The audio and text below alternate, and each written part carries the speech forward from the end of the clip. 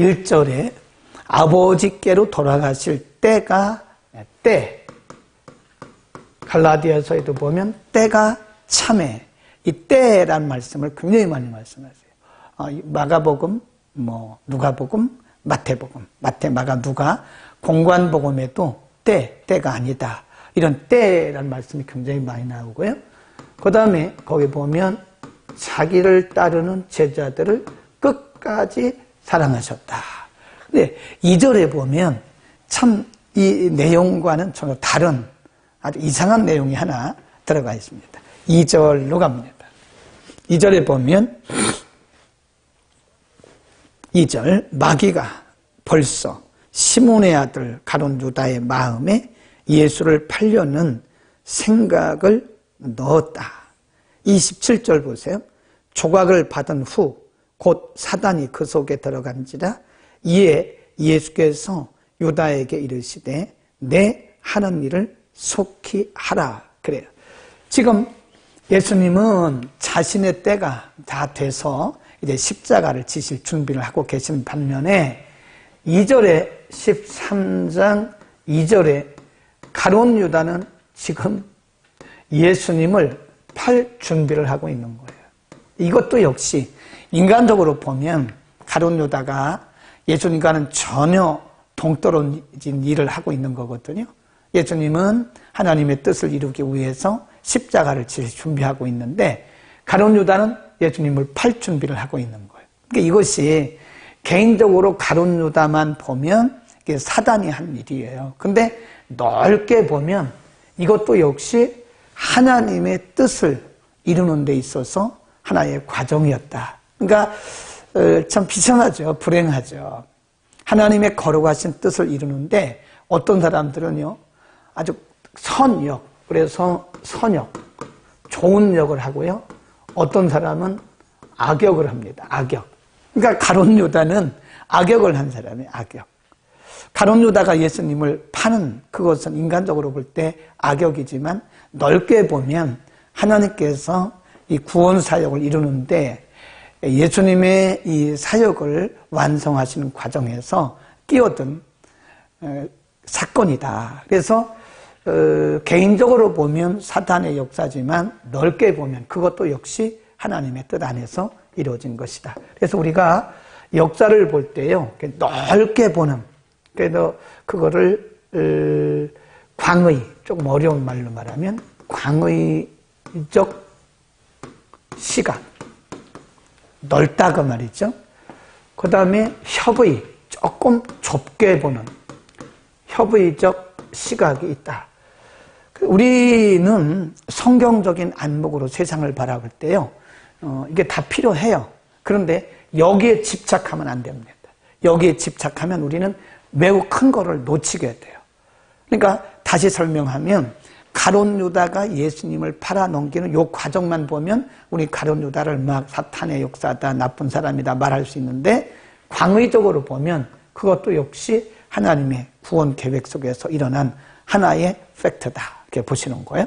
그러니까 우리가 넓게 보는 훈련을 해야 됩니다. 성경적 안목으로 넓게 보는 훈련을 해야 된다. 그래서 예수님은 가룟 유다가 예수님을 팔 걸 다 알고 계셨어요. 그러나 끝까지 가룟 유다도 사랑하셨다 하는 것을 볼 수 있죠. 그것은 넓은 의미의 관점, 시각을 가질 때 가능한 것이다. 넓은 의미의 시각을 갖게 되면 우리는 요 한 과정에 매이지 않죠. 이것이 우리 인생의 전부는 아니에요. 지금 우리가 경험하고 있는 이런 여러 가지 일들이 있지만 이것이 우리 인생의 전부는 아닙니다. 넓게 보는, 그래서 이렇게 넓게 봐야 돼요. 하나님의 시각에서 넓게 보면 하나의 과정일 뿐이다. 그렇게 생각하면 되겠습니다. 쭉 넘어가시죠. 그렇게 해서 이제 예수님의 때, 그리고 가룟 유다가 파는 그런 모습 쭉 우리가 봤고요. 쭉 내려갑니다. 14장으로 갑니다. 14장에 보면 이제 14장부터는 14장부터 17장까지 이것은 이제 물론 13장도 포함이 되긴 합니다. 예수님께서 십자가를 지시기 약 일주일 동안에 일어났던 일을 13장, 14장, 15, 16, 17장까지 기록을 하고 있는 것이다. 그러니까 길게, 굉장히 길게 기록을 하고 있지만 시간적으로 보면 약 일주일에서 열흘 동안에 일어났던 일을 기록한 것이다. 이렇게 보시면 됩니다. 14장 1절에 예수님께서 이렇게 말씀하세요. 너희는 마음에 근심하지 말라. 하나님을 믿으니 또 나를 믿어라. 2절 내 아버지 집에 거할 곳이 많도다. 그렇지 않으면 너희에게 일렀으리라. 내가 너희를 위하여 처소를 예비하러 가노니 가서 너희를 위하여 처소를 예비하면 내가 다시 와서 너희를 내게로 영접하여 나 있는 곳에 너희도 있게 하리라. 그러니까 13장에서 엄밀히 말하면 예수님께서 제자들과 마지막 만찬을 드셨어요. 그러니까 마지막, 제자들은 그것이 마지막인지 모르지만 예수님은 제자들과 마지막 만찬을 드셨어요. 그리고 이제 곧 본인이, 예수님 자신이 십자가를 지시고 죽으셔야 되잖아요. 이 본인의 계획이, 예수님 자신의 계획이 쫙 펼쳐지고 있는데 제자들은 몰라요. 그래서 제자들에게 지금 암암리에 쭉 이제 말씀을 하시는 거예요. 17장까지 연결되어지는데 이 14장에서는 예수님께서 제자들을 위로하시는 거예요. 예, 지금 무슨 말씀인지 모릅니다. 제자들은. 내가 처소를 예배하러 간다. 내가 다시 온다. 이것은 예수님께서 죽음과 승천 그리고 다시 성령으로 오실 것을 지금 암암리에 암시하고 말씀하고 있는 거예요. 그렇게 말씀하시고요. 쭉 내려가 보면 이런 말씀을 합니다. 10절 나는 아버지 안에 있고 아버지는 내 안에 계신 것을 내가 믿지 아니하느냐. 내가 너희에게 이르는 말이 스스로 하는 것이 아니라 아버지께서 내 안에 계서 그 얘기를 하시는 것이다. 내가 아버지 안에 있고 아버지께서 내 안에 계심을 믿으라. 그렇지 못하겠거든 행하는 그 일을 인하여 나를 믿으라. 12절 보세요. 내가 진실로 진실로 너희에게 이르노니 나를 믿는 자는 나의 하는 일을 저도 할 것이요 또한 이보다 큰 것도 하리니 이는 내가 아버지께로 감이라. 지금 예수님께서 자기의 죽음을 앞두고 제자들에게 말씀하신 거예요. 내가 곧 아버지께로 간다. 그러면서 하신 말씀이 14장 12절에서 내가 하는 일을 너희가 할 것이다. 이 말은 예수님께서 제자들에게 위임하셨다는 거죠. 위임. 그리고 그 뒤에 보면 이 일만 아니라 이보다 더 큰 일을 할 것이다. 예수님께서 이제 승천하시고 예수님이 하셨던 일을 제자들이 대신 이제 위임을 받거든요. 그러니까 우리가 마태복음 10장에서도 공부했지만 예수님이 제자들을 파송하시면서 위임하셨어요. 그것이 성령께서 오신 오순절 이후에 가시적으로 드러나요. 그러니까 제자들이 가서 귀신 쫓고 죽은 자 일으켜내고 별일 다 하잖아요. 큰 기적을 베풀잖아요. 그게 예수님께서 위임하신, 그래서 이거를 사역의 위임이다 그럽니다. 사역의 위임. 예수님께서 제자들에게 사역을 위임할. 그것은 오늘도 우리에게 해당이 되고 오늘도 우리가 하는 일들이 예수님의 일을 대신한 거예요. 예수님께 위임받아서 예수님의 일을 대신하는 것이다. 예, 위임하셨다. 보혜사. 그러니까 예수님이 보혜사였다는 거예요. 또 다른 보혜사를 너희에게 보낼 것이다. 그는 진리의 영이다. 진리의 영이다. 그 뒤에 보면 17절에 보면 그는 너희와 함께, 너희 안에 영원히 함께, 너희와 함께, 너희 안에 그런 표현을 써요. 이 보혜사가 오신다. 보혜사가 성령님이고 그 뒤에 가면 이제 성령이라고 말씀하세요. 네, 보혜사가 성령님인데 너희와 함께 너희 안에 영원히 계실 것이다. 그런 말씀을 했어요. 그래서 이제 보혜사라는 말이 무슨 뜻은 여러 가지 이제 뜻이 있어요. 그래서 파라클레토스 그러는데 조금 어려운 말로 파라란 말은 옆에 그런 뜻이 옆에 곁에 어디 곁에 파라 그럽니다. 파라클레토스 파라클레토스 이 두 단어가 합성된 겁니다. 그래서 이 보혜사라고 하는 단어는 파라클레토스인데요. 이 파라란 말은 어디 곁에 뭐뭐와 함께 그런 뜻이에요. 함께 계시는 자, 너희와 함께라는 표현을 하셨잖아요. 아까 너희와 함께. 곁에 계시는 자 그런 뜻이에요. 그게 다른 번역에 보니까 파라클레토스를 변호자, 교사, 또 상담자, 안내자, 또 인도자 그런 뜻이 있어요. 이 파라클레토스란 말은. 그러니까 이 안에 성령이 누구신가를 다 알 수 있어요. 이 언어 속에 이 단어 속에 히브리어 헬라어는요 그 의미를 굉장히 중요시 여겨요. 그래서 단어 그 의미를 제가 가끔 설명을 해드리잖아요. 설교 시간에. 그래서 그런 겁니다.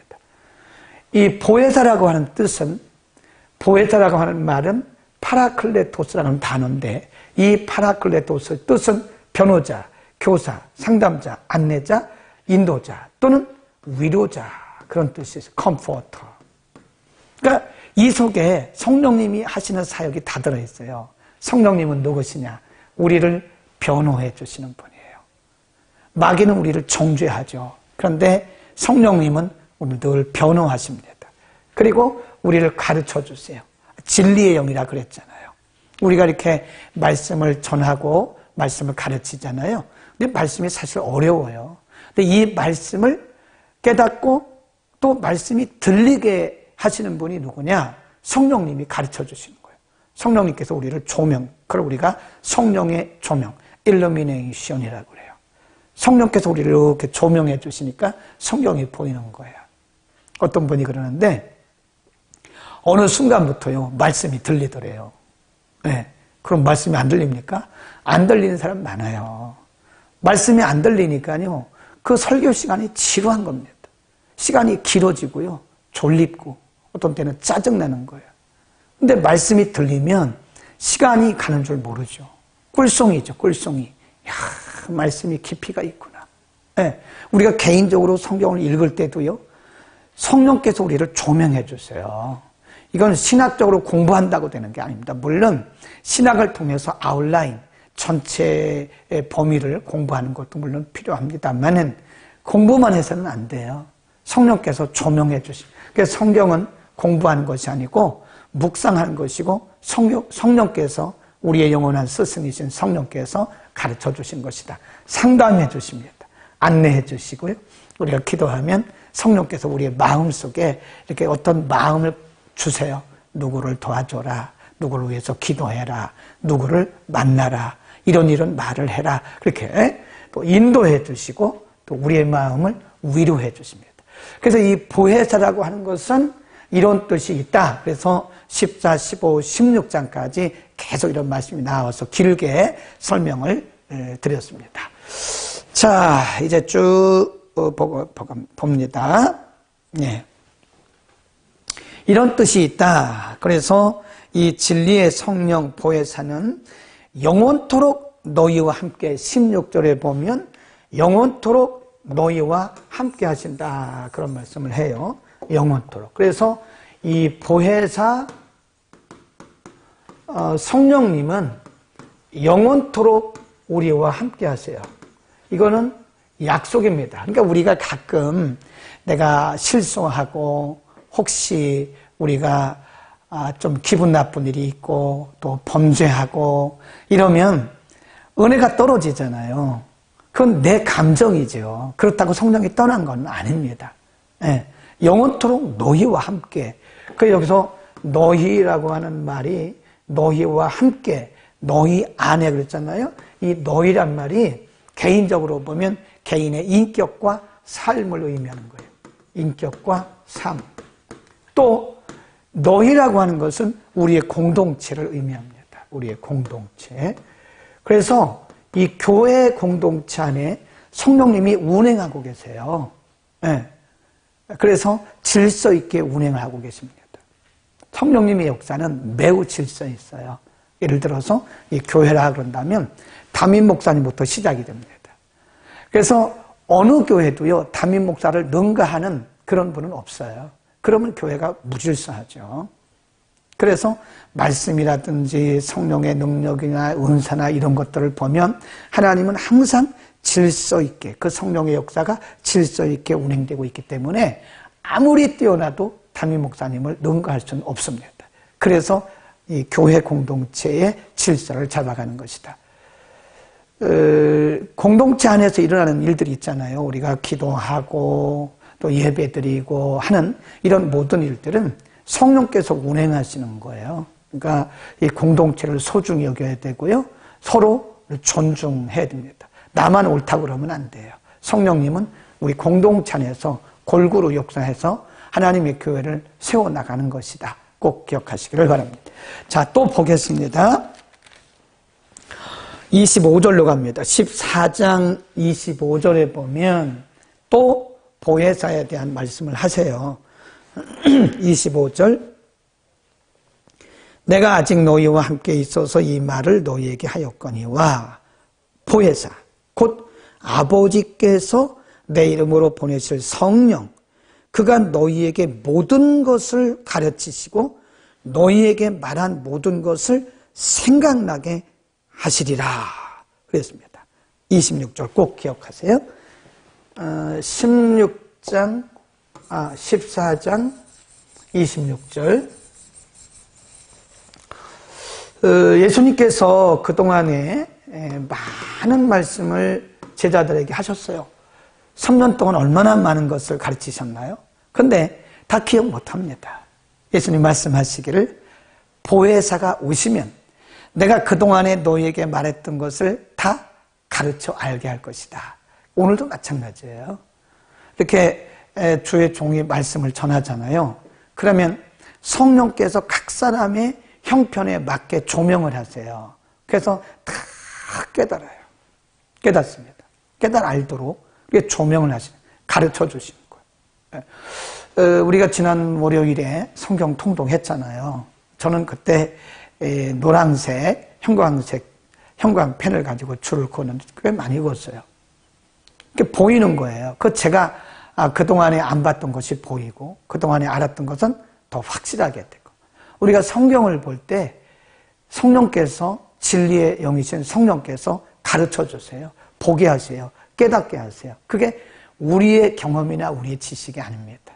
성령께서 생각나게 하시고 또 깨닫게 하시고 우리가 이제 기도하다 보면 평상시에 생각하지 못했던 것들이 생각이 날 때가 많아요. 저는 그래서 기도 노트를 써요. 이렇게 노트에다 이렇게 메모를 그냥 간단하게 합니다.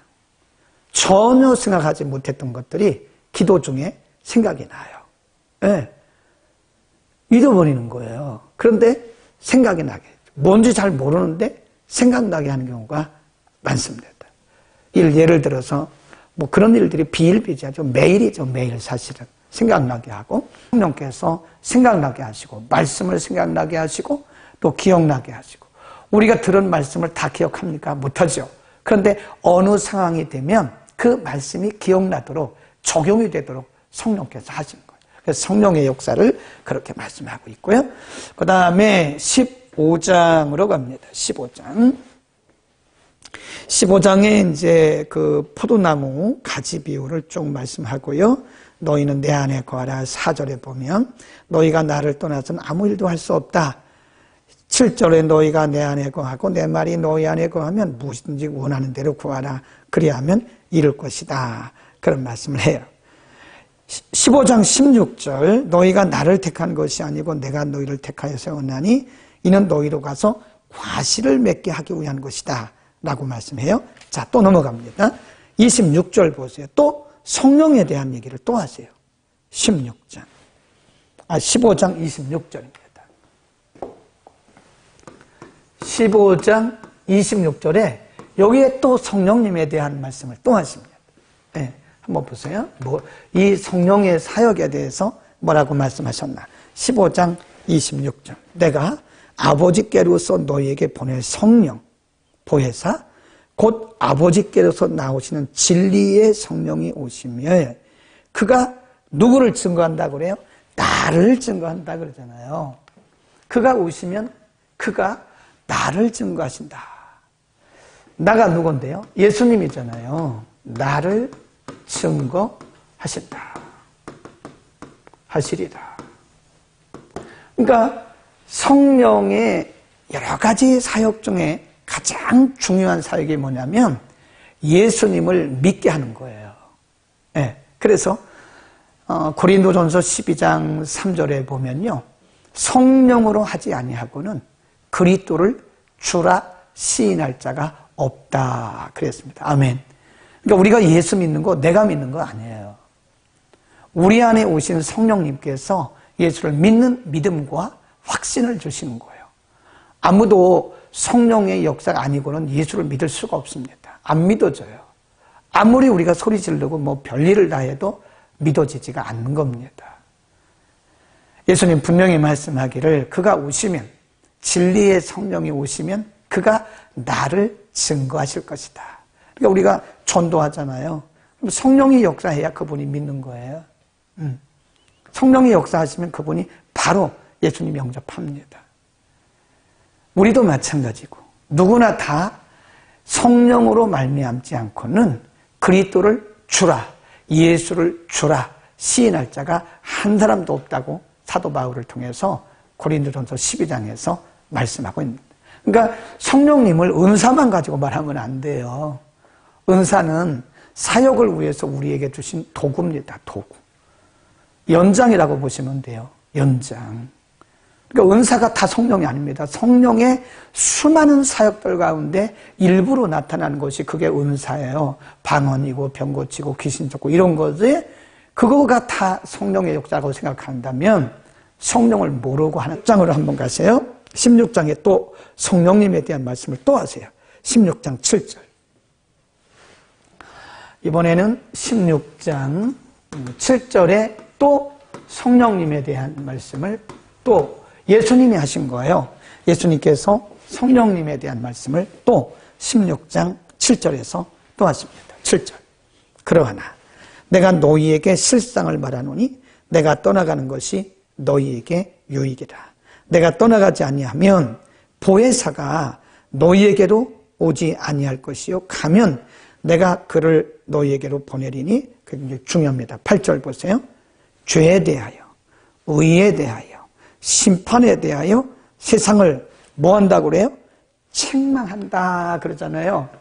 그 성령님이 오시면 의에 대하여 책망, 세상에 대하여 죄에 대해서 의, 죄, 세상에 대해서 뭐 한다고 그래요? 책망하신다, 책망. 그래서 이 성령님은요, 책망하시는 일도 하세요. 기분 나빠하면 안 됩니다. 어떤 분들은 목사님이 설교 시간에 자기 들으라고 얘기했다. 이거 설교 듣는 자세가 틀린 거예요. 그렇게 들으면 설교 듣는 자세가 아닙니다. 어떤 목사님, 물론 그런 분도 있긴 하더라고요. 예, 물론 저도 뭐 그랬을지 모르는데 본인을 앞에 앉혀놓고 그렇게 말하는 사람이 어디 있겠습니까? 그런데 목사님이 나 들으라고 또 설교 시간에 목사님한테 무슨 얘기 못한다고 누구한테 무슨 얘기 들으면 꼭 설교 시간에 얘기한다고 이런 분들이 간혹 계셔가지고요. 제가 참 나하고는 안 맞는구나. 수준이 너무 안 맞는구나. 어떻게 목사를 저렇게 생각하냐. 그렇게 말을 하면요. 제가 상당히 어떤 무슨 마음이 드냐면 어떻게 나를 인격적으로 저렇게 보냐. 그런 생각이 들 때가 있어요. 물론 뭐 그렇게 들릴 수도 있죠. 제가 하는 말이 사람의 말인데 그렇게 들릴 수도 있으나 그렇게 듣지 말라는 거죠. 성령님이 때로는 우리를 강하게 책망하십니다. 성령님은 매우 인격적인 분이세요. 그래서 우리에게 말씀하실 때 간접적으로, 그러니까 우리아이 안에 밧세바를 다윗이 범하잖아요. 하나님이 나단 선지자를 파송하시잖아요. 급히. 근데 나단이 가자마자 말한 게 아니에요.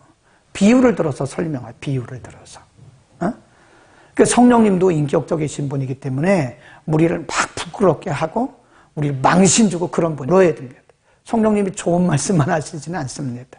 때로는 우리의 죄에 대해서, 우리의 그릇된 길에 대해서 강하게 책망하실 때 아멘으로 우리가 받을 수 있어야 됩니다. 아멘. 성령은 때로는 책망하시는 책망의 영이다. 그런 말씀을 드렸고요. 자, 그 다음 쭉 내려가 보면 13절,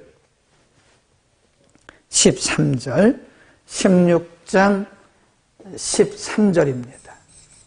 8절에서는 세상에 대해서, 의에 대해서, 죄에 대해서 책망하신다 그랬고요. 16장 13절로 갑니다.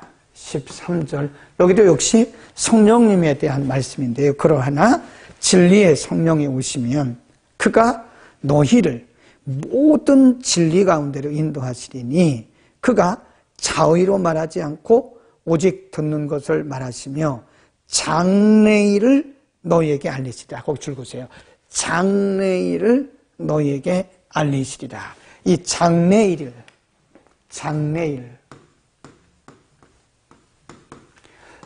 장래일이란 말은 우리가 무슨 예언을 하듯이 미리미리 그 사람의 미래를, 그 사람의 인생의 미래를 말한다, 뭐 그런 뜻보다는 이제 예수님께서 십자가를 지시고 죽으셨다가 부활하시고 보혜사 성령님이 오시고 하는 이런 예수 그리스도 복음에 관한 일들, 그리고 때로는 그거 전혀 없는 건 아닙니다. 우리가 성경을 봐도 때로는 우리의 앞길을 미리 깨닫게 하실 때가 있어요. 근데 매번 장래일이라고 하는 것은 예수님에 관련된 장래를 의미하는 것이고요. 교회가 어떻게 될 것인가 하는 것이고, 때로는 우리 개인적인 일들에 대해서도 성령께서 감동하실 때가 있습니다만은 매번 그렇게 뭐 동으로 가라, 서로 가라, 뭘 먹어라, 먹지 마라, 이 정도는 하지 않는다는 거예요. 성령님은 우리에게 자율권을 인정하시고 우리가 자율로 결정한 사항들에 대해서 충분히 인정을 하십니다. 아멘. 꼭 기억을 하시기를 바랍니다. 자, 오늘 웬만하면 다 맞춰야 됩니다. 그렇게 했고요. 쭉 갑니다. 자, 33절 한번 보실까요? 16장 33절, 나머지는 쭉쭉 뛰어넘겠습니다. 16장 33절. 이것을 너희에게 이름은 너희로 내 안에서 평안을 누리게 하려 함이라. 세상에서는 너희가 환난을 당하나 담대하라. 내가 세상을 이기었노라. 아멘. 얼마나 중요한 말씀인지 몰라요. 예수님께서 제자들에게 하신 말, 너희가 세상에서 환난을 당하나 염려하지 마라. 담대하라. 내가 세상을 이기었노라. 세상에서 너희가 환난을 당하나 담대하라. 그 찬송도 있잖아요. CCM. 내가 세상을 이겼노라 하시니라. 그러니까 우리의 싸움은 이겨놓은 싸움이에요. 예수님께서 이미 이겨놓은 싸움이다. 거기다 써놓으세요. 내가 이겨놓은 싸움이다. 내가 세상을 이겼노라. 완료형입니다. 내가 세상을 이길 것이다. 이게 아니에요. 예수님께서 십자가를 지심으로써 세상의 모든 것들을 다 구원의 조건을 완성하시고 다 이겨놓으신 거예요. 승리하신 거예요. 예수 이름으로 우리는 승리할 수 있는 겁니다. 우리는 승리했습니다. 이미. 이겨놓은 싸움을 하는 거예요. 아멘. 이길 것이다가 아닙니다. 이미 예수 이름으로 이겨놓은 싸움이다. 그러니까 마귀가, 우리의 원수 마귀가 뭐 별일을 다 하고 뭐 별 전략을 가지고 우리를 괴롭히지만요, 이미 예수님께서 마귀를 이겨놓으셨어요. 우리는 이겨놓으신 예수의 이름으로 그냥 그들을 이기는 거죠. 우리의 힘으로 이기는 게 아닙니다. 이미 이겨놓으신 예수 그리스도의 이름으로 이기는 것이다. 아멘. 33절 매우 중요합니다. 17장은요, 예수님의 마지막 기도입니다. 이걸 겟세마네 기도라 그러는데 꼭 많이 읽어보시기 바랍니다. 이 기도 속에 굉장히 중요한 말씀이 많이 있습니다. 18장 쭉 넘어가고요. 18장부터 21장까지 예수님께서 이제 고난을 받으시고 죽으시는 장면입니다. 19장으로 갑니다. 11절, 19장 11절. 아까 때에 대한 말씀을 드렸고요. 지금 고난받으시는 과정, 사람들에게, 군병들에게 잡히고 끌려가고 하는 이런 과정을 보면서 옆에 있는 예수님의 제자들이 굉장히 분노를 하는 거예요. 감히 예수님께 어떻게 그런 일을 하냐. 그러니까 그 일들도 예수님은 다 그냥 묵인하십니다. 다 받아들여라고 말씀하세요. 왜 그러냐? 그것은 이미 예수님께서 지시도록 이미 작정된 일이기 때문에 그래요. 이렇게 말씀하십니다. 11절에 예수께서 대답하여 가라사대 위에서 주지 아니하셨다면 나를 해할 권세가 없었으리니 그러므로 나를 내게 준 자의 죄는 더 크니라. 쭉 내려갑니다. 예수님께서 지금 사람들에게 뭘 당하시죠? 고문을 당하시고 빌라도도 예수님을 고문하고 별내게 하지만 그런 권세까지도 다 하나님께서 정하신 것이다 라고 말씀을 하십니다. 19장 28절로 갑니다. 예수님께서 십자가를 지시고 이제 숨을 거두시는 운명하시는 장면인데 이 부분은 마태복음, 마가복음, 누가복음에는 없고요. 요한복음에만 있습니다. 19장 28, 29, 30.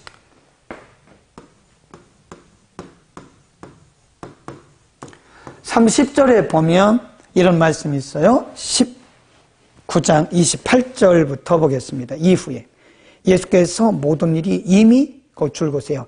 이룬 줄 아시고 이미 십자가를 지심으로 이미 구원의 일들이, 구원의 조건들이 이미 다 이루어졌다. 성경으로 응하게 하려 하사 가라사대 내가 목마르다 하시니 거기 신포도주가 가득히 담긴 그릇이 있는지라. 사람들이 신포도주를 먹으면 해융을 우슬초에 매어 예수의 입에 대니. 30. 예수께서 신포도주를 받으신 후 가라사대 다 이루었다. 그다 줄거놓으세요. 그리고 영혼이 떠나가셨어요. 다 이루었다. 이 말은 구원의 조건을 다 이루셨다 그 말씀이에요. 율법의 요구 다 이루셨다.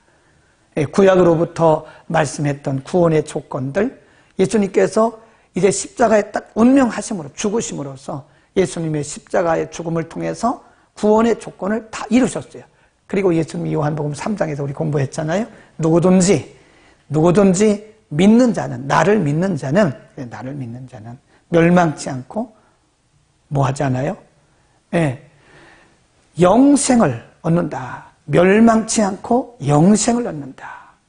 그래서 예수님께서 이루셨기 때문에 그런 거예요. 모든 걸 다 이루신 거예요. 율법의 요구도 이루셨고 구원의 조건도 이루셨고 예수님이 그 십자가 죽음을 통해서 다 이루신 겁니다. 예수님의 선언입니다. 선언. 모든 것이 완성되었다라고 하는 완성에 대한 선언이다. 이렇게 보시면 되겠습니다. 자, 쭉 넘어갑니다.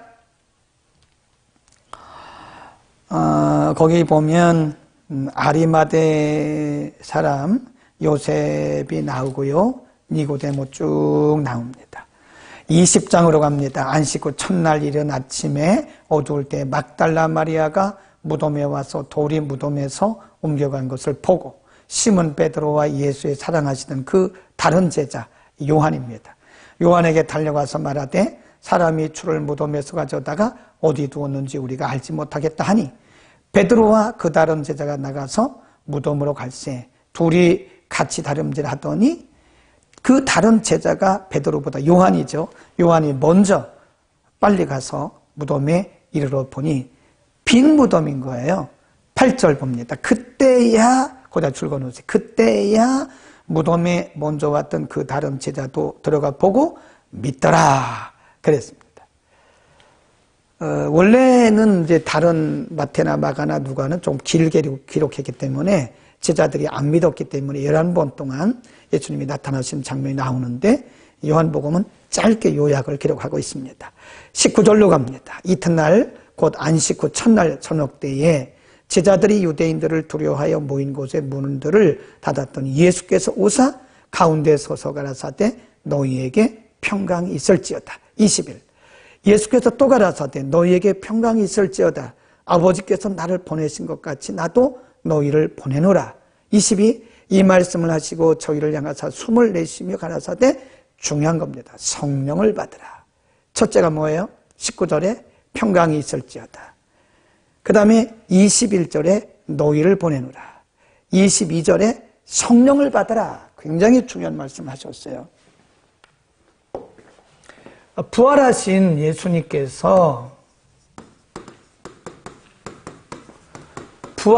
예수님께서 제자들에게 11번, 40일 정도, 40일간 세상에 계셨어요. 바로 승천하지 않으시고 40일 동안 세상에 계시면서 주로 오신 분이, 주로 찾아오신 사람들이 누구냐? 제자들이에요.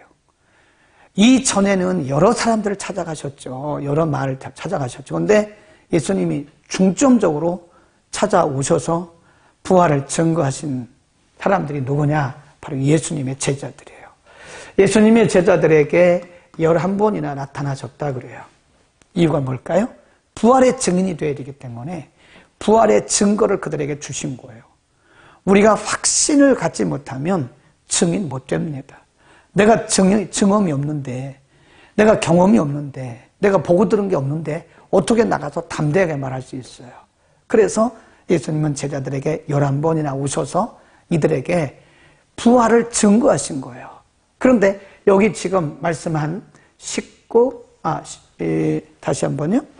20장 19, 20, 21, 22, 23절까지 이렇게 쭉 보면 19절에 평강이 있을지어다. 21절에 너희를 보내노라. 22절에 성령을 받으라. 19절에 평강이 있을지어다. 21절에 너희를 보내노라. 23절입니까? 2절에 성령을 받으라. 이게 이렇게 보면 이 말씀이 예수님께서 제자들에게 이 하신 말씀이요, 이게 우연이 아니라고 생각해요. 앞으로 이제 성령 받고 예수님의 증인들, 부활의 증인들 제자들에게 그때로서는 예수님께서 왜 이런 말씀을 하셨는지 잘 몰랐을 거예요, 제자들이. 그런데 나중에 우리가 보니까 의미가 있는 말씀이었다. 평강이 있을지어다. 지금 제자들이 예수님의 부활을 잘 못 믿고 있거든요. 일부는 믿고 있지만 일부는 아직 보지도 못했어요. 그러니까 그들이 마음이 불안하고, 그리고 유대인들로부터 받을 여러 가지 고난, 환난, 핍박을 생각하니까 염려가 되겠죠. 예수님이 없는 세상에서 어떻게 살아갈까, 그런 염려도 있었겠죠. 예수님은 너희에게 평강이 샬롬입니다. 너희에게 평강이 있을지어다.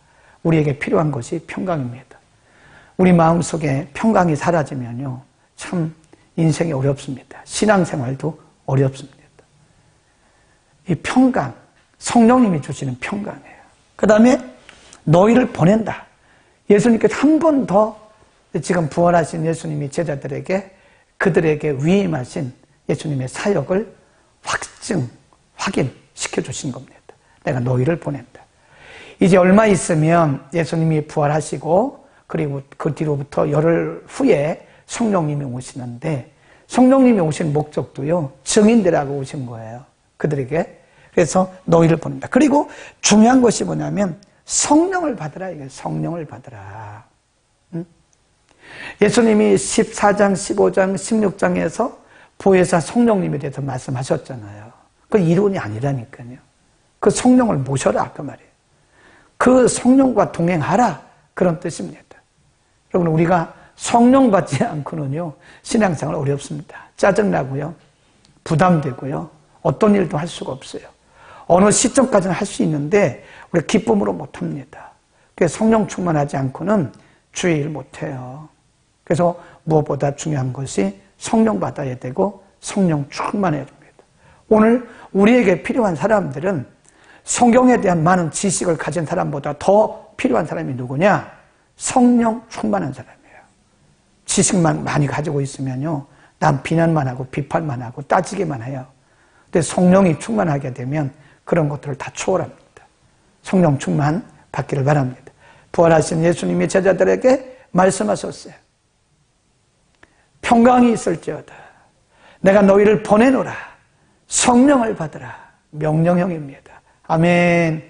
그 다음 이제 쭉 마지막으로 가겠습니다. 그런 말씀을 하셨고요. 21장으로 이제 마지막 가는데요. 이제 7 제자에게 예수님께서 나타나시는데 제자들이 얼마나 힘 빠져 있는지 보세요. 힘 빠져 있는 제자들의 모습 21장으로 갑니다. 21장 다시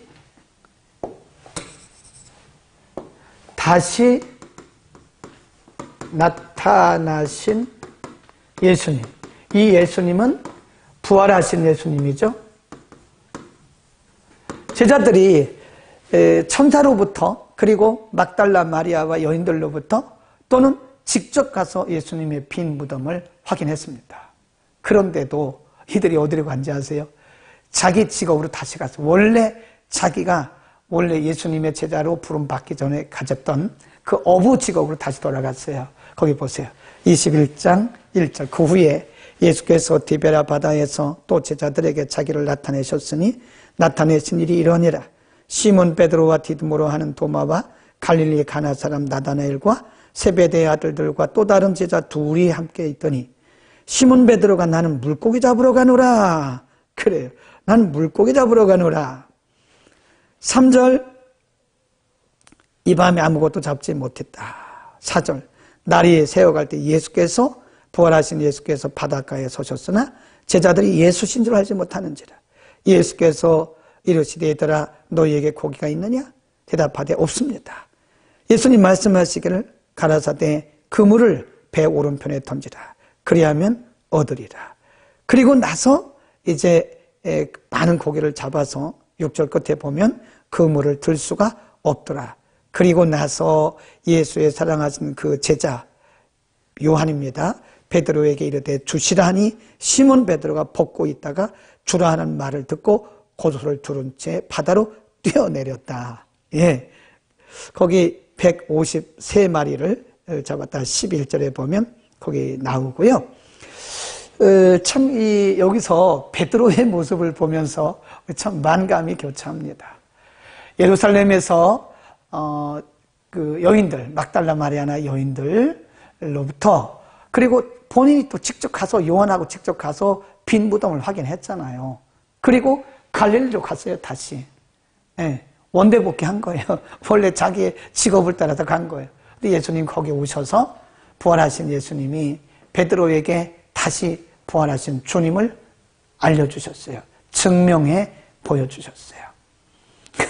그때 베드로가 예수님인 줄 모르는 거예요. 그러니까 사도 요한이 말하기를 예수님이다. 그러니까 이 고소를 두른 채로 바닥이나 뛰어내려버린 거예요. 그 베드로의 그런 모습, 굉장히 베드로가요, 어떻게 보면 다혈질적인 사람이에요. 근데 그 베드로를 예수님이 버리지 않으세요. 마지막으로 베드로에게 오셔서 말씀을 하셔요. 거기 한번 보세요. 그리고 나서 마치게 되는 거죠. 15절. 시몬 베드로에게 이르되 요한의 아들 시몬아 내가 이 사람들보다 옆에 있는 이 사람들이 나를 사랑하는 것보다 나를 더 사랑하느냐 그 말이에요. 가로되 주여 그러하외다. 내가 주를 사랑하는 줄 주께서 아시나이다. 내 양을 먹이라. 또 물으세요. 요한의 아들 시몬아 네가 나를 사랑하느냐? 첫 번째는 다른 사람들이 이 옆에 있는 다른 사람들이 나를 사랑하는 것보다 내가 나를 더 사랑하느냐 이렇게 물으셨다가 두 번째는 그 말을 빼고 나를 사랑하느냐 이렇게 물으세요. 그러니까 베드로가 말하기를 그렇습니다. 주님이 하십니다. 내 양을 치라. 세 번째 또 물으세요. 요한의 아들 시몬아 내가 나를 사랑하느냐? 주님 그렇습니다. 내 양을 먹이라. 그래요. 내 양을 먹이라? 내 양을 치라, 내 양을 먹이라. 여기에 대해서 여러 가지 설명들을 하는데 같은 말씀이고요. 베드로에게 예수님께서 다시 한번 위임하신 거예요. 부활하신 예수님을 제대로 믿지도 못하고 자기 고향으로 가서 물고기 잡고 있는 베드로에게 나타나셔서 부활을 증명해 보이시고는 다시 그에게 양을 치는 소중한 목양의 일을 맡기신 거예요. 사명을 맡겨주신 겁니다. 얼마나 참 베드로는 감동이 되겠습니까? 그러니까 베드로가 참 재밌는 사람이에요. 예수님께서 베드로의 미래를 말씀해 주셨어요. 내가 지금 이렇게 다니지만 너는 나중에 순교를 당할 것이라고 하는 그 말씀을 이렇게 비유로 말씀하셨어요. 한번 보세요. 그러니까 이렇게 말을 해요. 19절, 18절. 내가 진실로 진실로 내게 이르노니 젊어서는 내가 스스로 띠띠고 원하는 곳으로 다녔거니와 늙어서는 내 팔을 벌리리니 남이 내게 띠띠우고 원치 아니하는 곳으로 데려가. 이게 뭐냐면 비유로 말씀했지만 지금 그가 순교할 것을 말씀했고 실제로 베드로는요 십자가에 거꾸로 못 박혀 순교했다 그럽니다. 그런데 베드로가 하는 말을 보세요. 20절 베드로가 돌이켜 예수의 사랑하시는 그 제자 누구죠? 요한입니다. 사도 요한. 예수의 사랑하시는 그 제자가 따르는 것을 보니 그는 만찬 속에서 예수의 품에 의지하여 주여 주를 파는 자가 누구오니까 묻던 자라. 이에 베드로가 그를 보고 예수께 여짜오되 주여 이 사람은 어떻게 되겠습니까? 재밌는 얘기 재밌는. 네. 예수님이 베드로에게 내가 젊어서는 이렇게 내 마음대로 다녔지만 내 마지막에 너는 남에 의해서 끌려다니다가 내가 순교할 것이다 이렇게 말씀을 하시니까 베드로가 가만히 있다가 옆에 요한이 있는 것을 보고 선생님 그럼 요한은 어떻게 됩니까? 그래요. 제가 순교한다면 그럼 이 요한은 어떻게 됩니까? 그러니까 예수님 뭐라 그래요? 내가 올 때까지 요한을 삼켜둘지라도 너하고 무슨 상관이냐? 너하고 무슨 상관이야? 너는 내 짐을 져. 거기 한번 다시 보세요. 굉장히 중요한 말씀을 하셨어요. 22. 예수께서 가라사대 내가 올 때까지 그를 머물게 하고자 할지라도 내게 무슨 상관이냐? 너는 나를 따르라. 내게 무슨 상관이야? 너는 나를 따라. 예수님께서 아주 단호하게 말씀하셨어요. 재미있는 말씀입니다. 내게 무슨 상관이야? 응? 너는 나를 따라. 내게 무슨 상관이냐? 너는 너의 사명을 따라라. 하라. 너는 나를 따르라. 여러분 우리가요 이런 경우가 많아요. 사실 우리에게 주신 사명을 감당하기도 사실 어렵습니다. 시간이 짧습니다. 그런데 내 사명 감당할 생각은 안 하고 자꾸 남의 얘기를 하는 거예요. 저 사람은 왜 저래? 저 사람은 왜 저래? 그건 우리 영역이 아닙니다. 그건 우리 영역이 아니에요. 우리는 우리 일 하면 되는 거예요. 우리는 우리 교회 사역 잘 하면 돼요. 남의 교회 뭐 말할 것도 없고 남의 교회 욕할 것도 없어요. 에?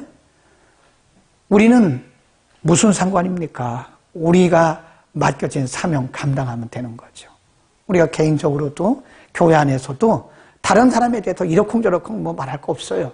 나는 내 사명 하면 되는 거예요. 내게 무슨 상관이냐? 너는 나를 따르라. 우리 한번 하겠습니다. 내게 무슨 상관이냐? 두 사람이 안 했어요. 다시 한번. 내게 무슨 상관이냐? 다 들렸어요. 너는 나를 따르라. 옳지. 다 들렸어요. 내게 무슨 상관이냐? 너는 나를 따르라. 이제 우리는 다른 사람 말할 것도 없고 다른 사람 참견하지 말아야 해. 다른 사람 참견하지 말고 우리 각자에게 맡겨주신 사명 잘 감당합시다. 아멘. 자, 마지막 이렇게 하고 끝납니다. 25절. 이 외에도 예수님께서 행하신 일들이 매우 많다는 거예요. 25. 예수의 행하신 일이 이외에도 많으니 만일 낱낱이 기록한다면 이 세상이라도 이 기록된 책을 두기에 부족할까 하노라. 그런데 왜 일부만 기록했을까요? 30절, 20장 30절, 21장 25절과 20장 30절, 31절은 연결되는 겁니다.